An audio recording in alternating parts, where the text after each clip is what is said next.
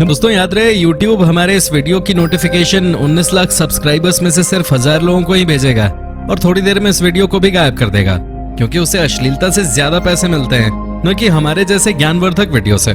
इसलिए अगर आप चाहते हैं कि हम और वीडियोस लाते रहें तो कृपया इसे इतना शेयर करें कि YouTube के मुंह पे तमाचा लग सके।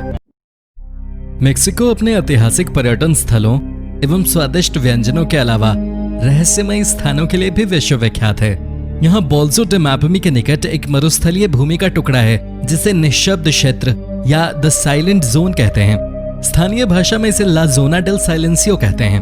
अपने नाम के अनुसार ये क्षेत्र यहाँ तकनीकी उपकरणों से होने वाले किसी भी कम्युनिकेशन को रहस्यमय तरीके से निगल जाता है, जिस वजह से यहाँ इलेक्ट्रॉनिक उपकरण काम करना बंद कर देते हैं। वैज्ञानिक इसका कोई ठोस कारण अभी तक नहीं ढूंढ पाए हैं।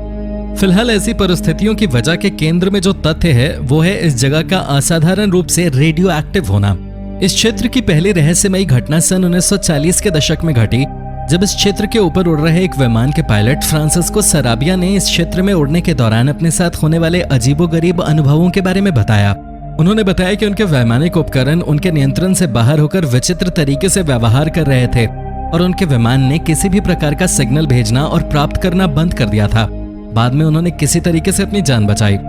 दूसरी घटना जुलाई 1970 में घटी, जब अमेरिकी सेना ने अपने नियमित सैन्य अभ्यास के अंतर्गत ग्रीन रिवर यूटा स्थित अपने सैन्य अड्डे से व्हाइट सैंड मिसाइल क्षेत्र की तरफ एक मिसाइल दागी।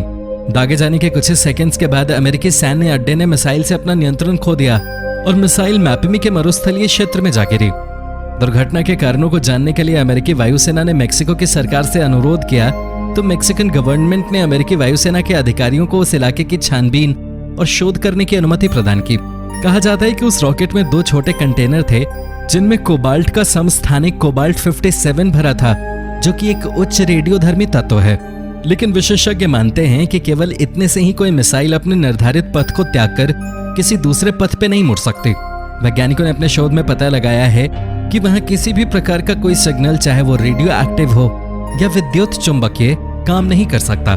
शोधकर्ता बताते हैं कि उच्च रेडियोधर्मी होने के साथ साथ इस जगह के शक्तिशाली चुंबकीय क्षेत्र की वजह से यहाँ एक प्रकार का अंधकार क्षेत्र डार्क जोन बनता है, जो रहस्यमय तरीके से यहाँ हर प्रकार के विद्युत चुंबकीय संप्रेषण, इलेक्ट्रोमैग्नेटिक कम्युनिकेशन को निगल जाता है। ये जगह उल्का पिंडों के गिरने की भी जगह रही है, जो इसके शक्तिशाली चुंबकीय क्षेत्र होने की वजहों में से एक है। 1970 की घटना के बाद मेक्सिको की सरकार ने यहाँ कई सारे शोध भवन बनाए हैं, जो वहाँ होने वाली हर असामान्य घटना पर पैनी नजर रखे हुए है। जानकार बताते हैं कि वहाँ की सरकार पूरा सत्य नहीं बता रही।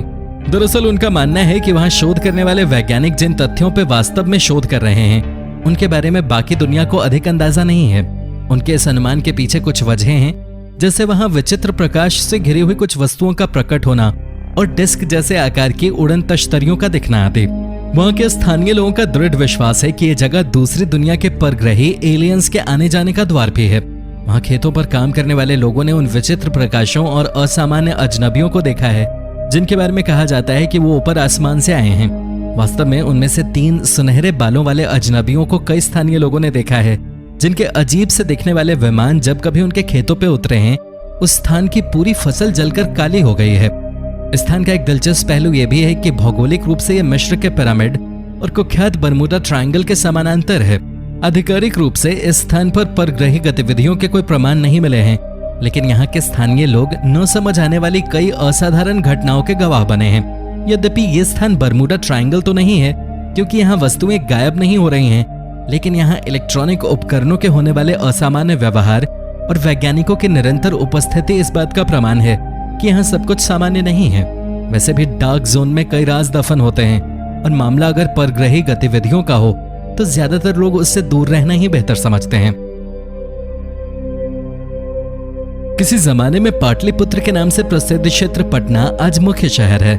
नंद वंश और मौर्य वंश के शासनकाल में यह न केवल मगध की बल्कि पूरे देश की आर्थिक और सांस्कृतिक राजधानी रहा है।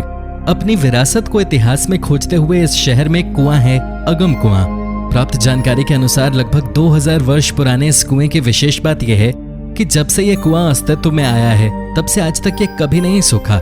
गर्मियों के मौसम में जब अत्यधिक गर्मी पड़ती है यहाँ, तो इस कुएं का जल स्तर इसके सामान्य जल स्तर से 1 से 1.5 फीट नीचे चला जाता है।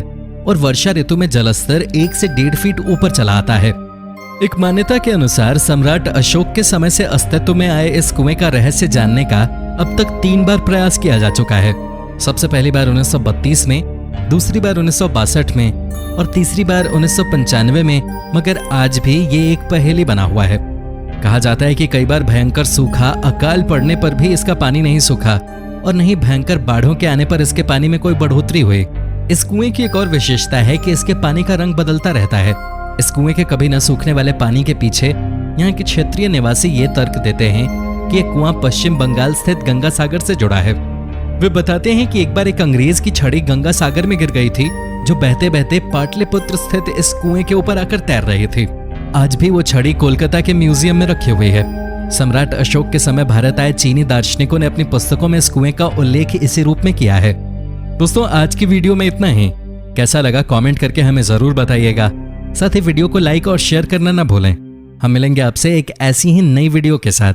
तब तक के लिए नमस्कार।